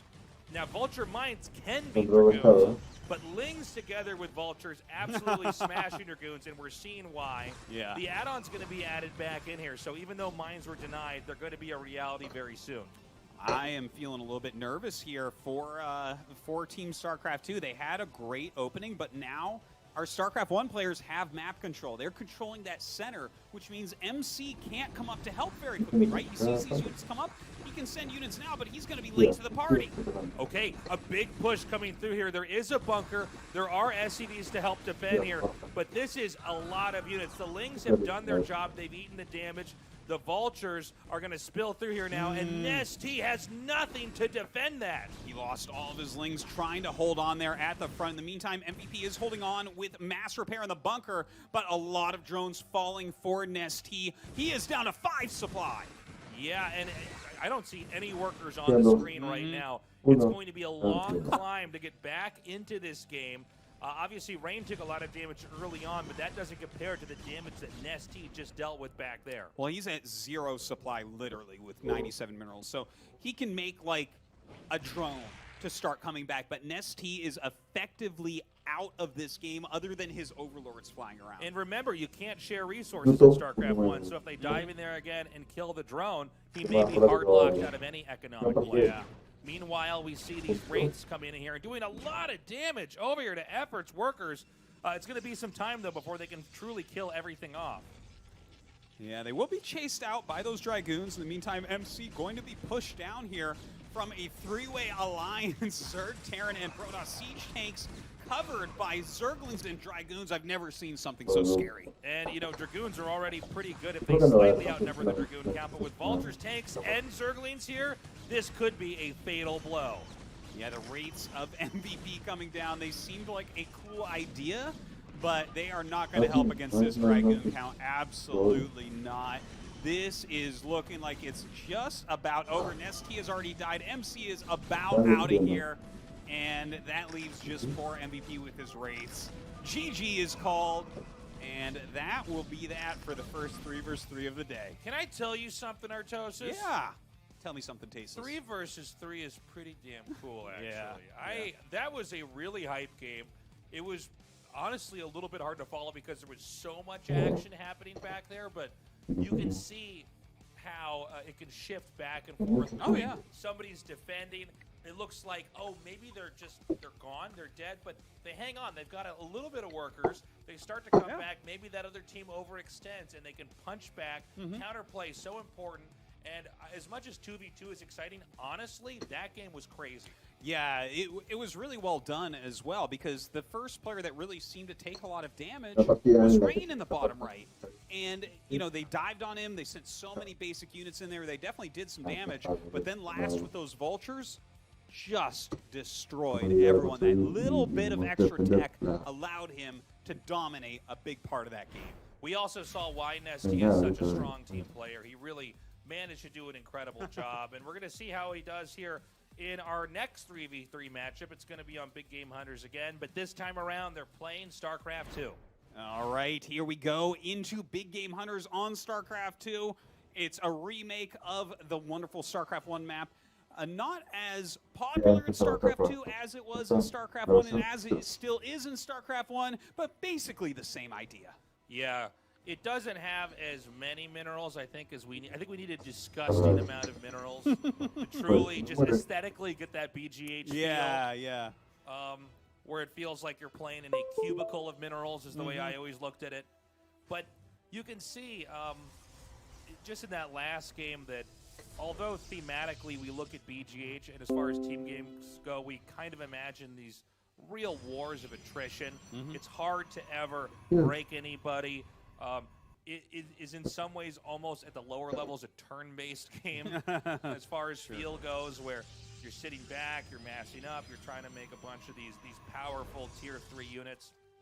At pro play, it's a bloodbath. It's a brawl. It's chaotic. It's fights right away. We may see the same thing here in StarCraft 2. Yeah, I'm really interested to see, because I've seen very few StarCraft 2 3 versus 3s. It's not a mode that you really think of a lot in StarCraft 2. But are we going to see... What are you talking about? When people ask me about StarCraft 2, the first thing I do is I start talking about 3v3, and then they go, no, I'm talking about GSL, and I go, oh, yeah. GSL, no, I watch that too. Yeah, I watch and cast that, but mostly I'm thinking about 3v3. Yeah, especially on infinite mineral maps. Well, looking at this one, our StarCraft 1 pros are on the right side of the map, all in the blue. The bottom left as well as the top left are going to contain our StarCraft 2 pros. And this should be interesting to see exactly how far up the tech tree everyone wants to go. We already see factories for both the Terran players, those cybernetics cores, just about to finish for our Protosses, and of course, good old Zergling speed coming for at least Nesty, whereas the Roach Warren coming up forever. Yeah, I like the Roach Warren play a little bit more here. I get the idea of Ling speed, and that means we're probably going to have Banelings. I don't know what your take is on Banelings in a 3v3, but it does seem like if Banelings miss any of their targets at all, you are going to get overwhelmed and counterplay pretty quickly. Maybe you can bust through wall-ins and things, kill static defense structures, something like that. You definitely have to try to end a game quickly if you're going to go with Banelings. Because, you know, the thing about Banelings is, even though they're like the best unit in the game in a 1 versus 1, if they don't connect to their targets and there's other players that are just massing up units that can gain value over time via their damage, and the fact they can also soak some damage and then heal, that's huge. You know, I think the explosivity of the Banelings is going to be really useful here. I guess we'll see what Nesty ends up doing, but I'm liking his choice, to be honest. With the other units from his teammates kind of supporting and getting them in there should be good. Now, we have a couple of depths actually shading in while some Lings come up. The Lings will attack the Queen a bit while the Adepts go for drones. And it looks like the same thing happening on the other side. You can see already fights here and there. Again, it's important to try to have a goal as a team often. Even though you'll see skirmishes throughout the map, usually it's about trying to cripple one player early on enough that they're not very functional in a later part of the game. Ideally killing them off so that they can't do anything at all. Yeah, a lot of Adepts out on the map right now. Immortal production starting right now for MC as well. Trying to get forward and get something done. I love the mobility of these Adepts. Look at them go. Okay, here we go. A lot of damage being done over here. Keep in mind these SCVs that are bunched up. If these Hellion shots can connect enough, that's going to wipe out all of those workers. Huge amount of damage over here to our blue Terran. Oh, man, this attack doing so much to last. He's trying to get out of there, losing just about every single SCV. He is not even mining at this point. And that is the kind of damage we were talking about these players looking for. We've got an Oracle over here hitting MVP's SCVs, but keep in mind that MVP is going to be able to remake that because the Oracle has a limited amount of energy. It can't just keep dealing damage like we saw on Banshees, for instance, over here. Oh, man, the amount of damage being dealt is so much and so quickly. Last already having to vacate his main base. A ton of SCVs very badly hurt down there at 6 o'clock. Taking that damage. Roach is coming as well. There's just nonstop action everywhere. So much more damage being dealt over here now to the Zerg in the bottom right, but the Roaches from that Zerg come in here now, killing off as many SCVs as can be. We do have, it looks like from MC, the Immortals now out in the game. He's going to have a very robust army that can take a lot of fights against basically anything, but here, there's so much damage happening all over the place, it's hard to see who's going to really be economically viable in the next minute or two. Yeah, well, I would say Last is pretty darn hurt. MVP has taken a ridiculous amount of damage, but so has Effort. That leaves Rain, MC, and Nesty all kind of still in this. That's right. We're seeing the players that have taken fatal damage try to buy time. Seconds make a huge difference. You never really want to truly give up any way that you can give assistance in a game like this. You want to try that as much as possible. And look at this, still harassing a little bit here. Rain getting what he can done. He has a reasonable army, but I'm getting very nervous for him, right? Like, even though, for instance, MVP has very little, he still has 3 Cloaked Banshees. That's going to help a lot. Whereas Effort and Last, they literally don't have anything to fight with. Yeah, it's a very important point. As crazy as this game has been, we're going to have to add up who's in what position now. Now, right now, MC appears to be the king of this map. I mean, this army that can push in here, especially with the Warp Prism, this is just a good army overall. Lings are going to come in here as well, and Banelings are being morphed. This looks like a very tough spot here for Rain. Yeah, Rain does not have much of a shot right here. Hold on, GG is called, and I mean, it just continues to be split right down the line, right? The StarCraft 2 players are dominating in the StarCraft 2 matches, the StarCraft 1 players killing them off in those StarCraft 1 matches. Really, I think our hardest game to follow. Yeah. I was struggling to cast that. It was very impressive to see the damage that was dealt early on right away and how punishing it was. I was impressed to see that the Baneling play, although it didn't kill a player early on, it did allow them to close it out very quickly. And, pretty fun. No, the amount of action that we saw there, I think it might be time to turn GSL into a 3 vs 3 tournament. That's right. And that's all we're going to have as far as team games go. Up next, we're going to be doing the That's right, free for all time. This is going to be great. The map will be Big Game Hunters. We're going to have 3 StarCraft 2 players, 3 StarCraft 1 players, but no real alliances. That's right. So these kind of games are very chaotic. They are ones that are absolutely, to some extent, given to chance, but they're in some ways so fun to watch because you never know who's going to come out on top. There's all these individual fights happening at different times, and you add all these different variables together, you find out who eventually is the king of the hill. So let's go ahead and hop into our games. Okay, so we're going to be on the map Big Game Hunters. It should be noted that since this is a money with, in sense, infinite minerals, it will be a little bit different from our, like a StarCraft 2 FFA as an example, where there's just no way to ever run out. Yeah, there's a ton of mineral patches, as you see. We just saw Effort is at 12, Rain up in the top right. Over here at 3 o'clock, we have ST. The bottom right corner is last. We have MVP down in the center bottom at 6 o'clock. And in the bottom left, we're going to have MC. So everyone's playing their main race. It looks like the top left spawn and the 9 o'clock spawn both completely empty. And I gotta say, you know, I've played a lot of free-for-alls on Big Game Hunters. I've watched a lot of free-for-alls on Big Game Hunters. And that top left position is so close to Effort's base, I could see him having a powerful game here. Yeah, it's, by the way, we have a 4-pool almost immediately. I think it was at the 12 o'clock spawn. I was going to say, given the locations of each player and the lack thereof for the 2 vacant spawns, 12 o'clock would be the best to go into a macro game. But we're going to have quite the opposite of that. Quite the opposite. In the drones before having the fastest rush in the game. You know, it's kind of funny, too. I bet you he was doing that to rush the top left, but his Overlord is finding that there's no one in the top left, so he's going to have to send his Zerglings elsewhere. We'll see what he ends up doing. Is he going to eliminate someone right off the bat? It is a possibility. Yeah, over here in the top right, his neighbor is Rain. Now, the thing is, Protoss can totally hold a 4-pool. It's very doable with his Zell to 4-pool. It's very doable with his Zealots here on each side. It looks like the Terrans want to go for gases very quickly here. Really, Marines in an FFA are not good units. You need to tech into something higher. You can't really get a lot of power early on. Now here come the Zerglings of Effort. This is going to be the first time that we actually see some action this game. They're going towards the top right, towards Rain, who, by the way, is making a forge. So he is going to be plenty safe. He just has to micro heavily here. The first Zealot is not out yet. The Zerglings start to go in. Cancels that cannon. The probe's being pulled. The Zealot pops out as well. Ooh, good control so far here from Effort, picking off a probe and not losing anything yet. You can see Rain trying to control, but that Zealot's now been surrounded. It is taken out, and that means these Lings can continue to dive on top of these probes, or even better, the pylon, which would then unpower that gateway, basically knocking Rain out. I could think we're having a lot of the players smiling and laughing right now. As you can see, this is a really, really bad spot here for Rain.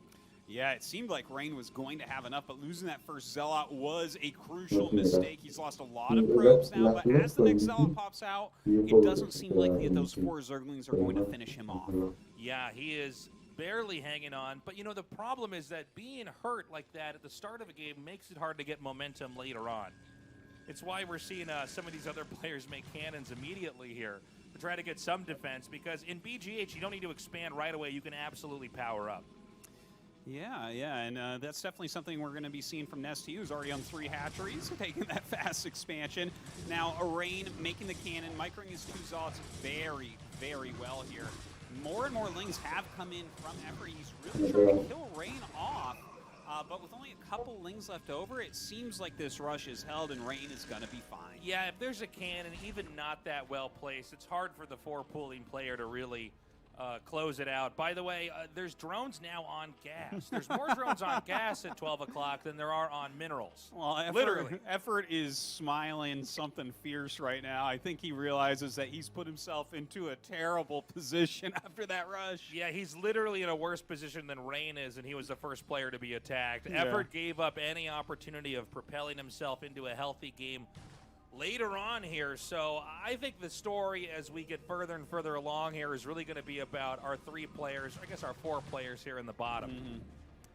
Well, I do like how MVP's playing. He's got a siege tank. He's got a nice wall, so it seems like he can't really die. We also saw MC in the bottom left making multiple cannons at his choke, so he's going to be completely safe from any incoming attacks, at least for the time being.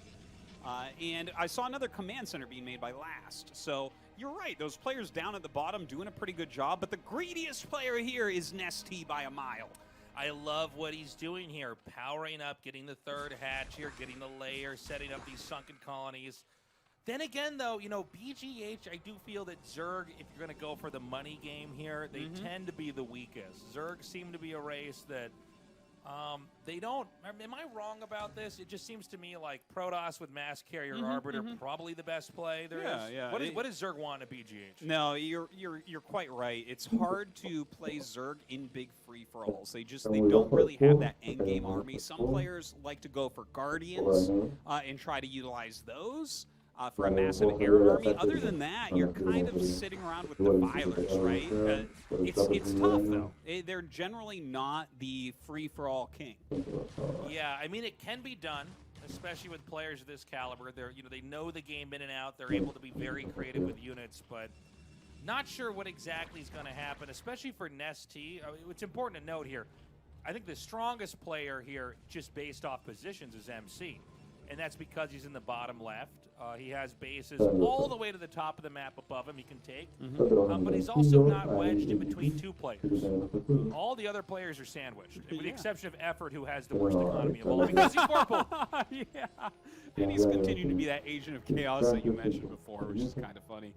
Now, a couple DTs actually walking down to the bottom right towards last. I'm not sure what detection he has. Oh my god, a double tank drop from MVP up on Effort? That's not something I expected. These DTs look like they think they can fit through that hole. They can't. Yeah, I thought they could fit through there too, but you know, the way that the buildings are designed is pretty deceptive. By the way, Effort, the first to be knocked out. That is called karma. Yes. Right there. You 4-pull first. You better be the first to lose here. All the other players laughing right now. Effort turns his camera off, and now it's 5 players remaining in our free-for-all. Oh, man. These DTs, by the way, from MC doing quite a bit of damage. MVP is teching up to nukes. What is that building? A ghost? Oh, my gosh. This is going to be fantastic, Taze. This isn't the single player. We have a ghost in this game. Dude, MVP really is the GOAT, isn't he? I mean, he already killed Effort with just 2 siege tanks. That's right. And now here he is going into nukes for us. So, siege tank drops here. This is not long for this world. As mutas are out. I was wondering what the story was, but I guess he's just trying to be active there. Now, there are some spots on BGH once you get additional bases up here where you can nuke from a distance, but we're going to end up in a TVZ fight here where it's Nesty diving on top of MVP with these Mutalisks wiping out these Goliaths. Yeah, those mutas, though, they can definitely get some real damage done. Nesty getting some revenge maybe for some of the earlier games where they didn't go so well for him. It looks like the Mutalisks, yeah, they're picking off a lot of SCVs. Last making Goliaths, so he will eventually push them out. And again, quietly on the map is MC. Now, note he got a Dark Archon. Now, in a free-for-all on BGH, in some ways, the Dark Archon can be the best unit in the game. Sure. If you are to get into a long, drawn-out game, because you can steal an SCV or a drone. Yeah. And keep in mind, although the game caps you on 200 supply, that's for your rates. If you steal an SCV, you get another 200 supply of Terran. If you steal a drone, another 200 supply of Zerg. Now, I'm not saying that's going to happen, but it's definitely a possibility we want to keep in our minds, because oftentimes on BGH, if you can steal a worker, go back and make a hatchery or a command center and start to tech up from there, the other side will concede. Right. We're going to have a nuke. This is so crazy because there's so many players at once playing. There's a chance Last doesn't notice this right away. Yeah, I know. You hear a nuke and you're like, well, where would that be? You might not even be looking, but I think he actually realized exactly where it's at. Oh my god, oh my god, oh my god, oh my god! Oh, this nuke is gonna hit! I don't think he had a scan. I think he was out of a scan. Oh my god! I think by our rules, that means that he wins the FFA now, right? We can end this whole thing. He is That's a moral victory at MVP. Okay, that is insanity. In the meantime, we actually have MC attacking Nesty here. He brings up his Archon trio. Dark Archon ready for those mutas to come in. We actually have so much damage happening here, and with just Mutalisks, I mean, maybe he could get a... Oh my god, he beat me to it. I was going to say, if he has Maelstrom, he can just catch those mutas, and the Archon can clean up most of the rest here. But this is a lot of damage over here for Nesty. Yeah, Nesty losing a big chunk of his economy and a big chunk of his mutas, as is Last getting nuked on his main command center.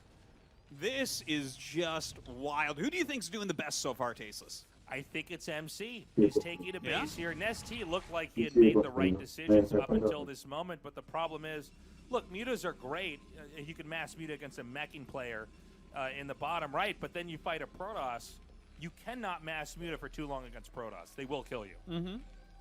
Well, I see your point there, but I want to raise you nukes and BCs at the same time from MVP. What do you think about that? I would say Tasteless? for style points, if this was a diving competition, then yes. Yeah. If this was synchronized swimming, if this was some sort of art contest, yes, then there's no question. Then this game is a Picasso, okay? But if we're talking about who's got the right units to actually destroy the buildings at the end of the game, I think we know. Well, we have another nuke going off right now, and it looks like it's going to be on MC. MC sees it. He's pulling his probes. He's pulling his probes. He couldn't get him out fast enough. Yeah, Mostly dodged, actually. Still a decent nuke. Oh, the mutas! Nest-T's mutas coming up and killing all the probes that went to the natural. As Storm goes down, a couple of them, in fact, kill a lot of those, but that was a lot of damage to his economy. Okay, he might have enough for Maelstrom. No, the mutas pull out just in the nick of time. And this has already been such a crazy game here. Keep in mind, nobody's economy is to the point where they're looking unstoppable. Again, even though we see a Zerg knocked onto one base, this is BGH. They can definitely get the hatcheries and the production to be completely viable to propel themselves into winning this game. Wow, this is just a wild one. There is so much action going on. Look at the BC count as well, up to 4 battle cruisers here for MVP. You know, I was joking before about MVP, but battle cruisers are pretty badass in a free-for-all. It's funny because we normally think about them as this unit that kind of drags the game to a halt in a TVT and occasionally gets stylistic in TVZ, but it's great to see him here now. The problem is that battle cruisers don't lend themselves to mobility, especially against other Terran players. Usually we see battle cruisers made when everything else is not an option, right? Yeah. Yamato is basically the air siege tank shot. They can slowly allow you to chip away through your opponent over time. Well, we'll see what he gets done with it, but he's definitely going to gain a lot of value. Looks like he's going to drop another ghost here right over the turret. He says, why do you attack me? I love the banter here. Nuke, by the way, how cavalier can you possibly be? A nuke right on the command center? Again, this is all he goes for. Is just he wants the money nukes is I know. The thing. Well, he's making this game a very interesting one at that. By the way, again, on BGH, there are positions, and we're looking at one right now, where you can hit another player's minerals with siege tanks from a distance. So, although we have Terrans on both sides taking expansions, neither might be able to mine resources from them. Oh yeah, that's a real big possibility. We also see Nest-T right now. He's got a lot of mutas just kind of sitting there. He's taking a lot of damage this game. MVP taking that expansion, coming over to the other expansion, but look at this, a lot of Goliaths here to push back his BCs. And I'm not sure about the MVP player position here because he's fighting off Protoss and Terran. And again, a lot of this just kind of comes down to who is given a better spawn. It's why Effort really squandered possibly winning this game by 4-pulling, as fun as it was to cast. But as the game pans out, Rain, by the way, who we've mostly ignored through this game, he was the player who was beat up during the 4-pull. Oh, yeah. He is starting to come out on the map. He has a lot of space, by the way. I mean, really the top left side of the map is his to take. If he can manage to do so, he may end up becoming a dominant force later on. That is a real possibility. People have been leaving alone because he was not in that area, whereas all of these scuffles at the bottom, seems like Nest-T taking the rough side of that. He is, in fact, going up towards Guardians, and that's going to help a lot against the Reaver push. Yeah, this Reaver push coming in here, it's funny because Nest-T's done a really good job in these games, but honestly, he has been the punching bag for a lot in this. Whether even MC was attacking him. Yeah. Think of where MC is on the map here. But they are starting to push in here now, and this could be the beginning of the end here. Those storms doing so much damage to those mutas. Nest-T needs hold on. He splits his Guardians up a little bit. Let's see what he can target down here. Great Psy Storms going down onto these Guardians, putting a lot of damage on them. The Goons can fight well against them as well. Rain coming in and punishing Nest-T even more. Okay, you can see here the Muta's taking so much damage here, but really it's about buying time so the Guardians can clean this up. But a Reaver shot in BGH is worth way more than a Reaver shot in any normal game of StarCraft, because that's all the workers in that position there. Huge amounts of damage going down in ST. He might end up being our second one eliminated. You know, we were talking about how Zerg has a hard time in free-for-alls. I think this is showing it a bit, right? You're going up to Hive for Guardians. That's not as strong as BC's. Okay, the BC's getting stormed here, but overall continuing to do damage and chip away at MC, who doesn't... It's a funny thing, because Protoss can beat Terrans if they go battle cruisers, but if there's a bunch of battle cruisers, they don't normally have an easy response. They're going to have to get Dark Archons and mind control, but that's actually not easy to do. A battle cruiser can avoid the Dark Archon. It takes a long time to get the energy from mind control. Well, he is making Dark Archons, right? He's got 3 of them. So eventually I think we are going to see him stealing some battle cruisers, which would be really painful for for MVP. But MVP knocks out that Nexus. Looks like MC is going to try to take 9 o'clock. But Rain now has eliminated Nesty. Nesty is the second one out of this and is starting to push down into last a little bit.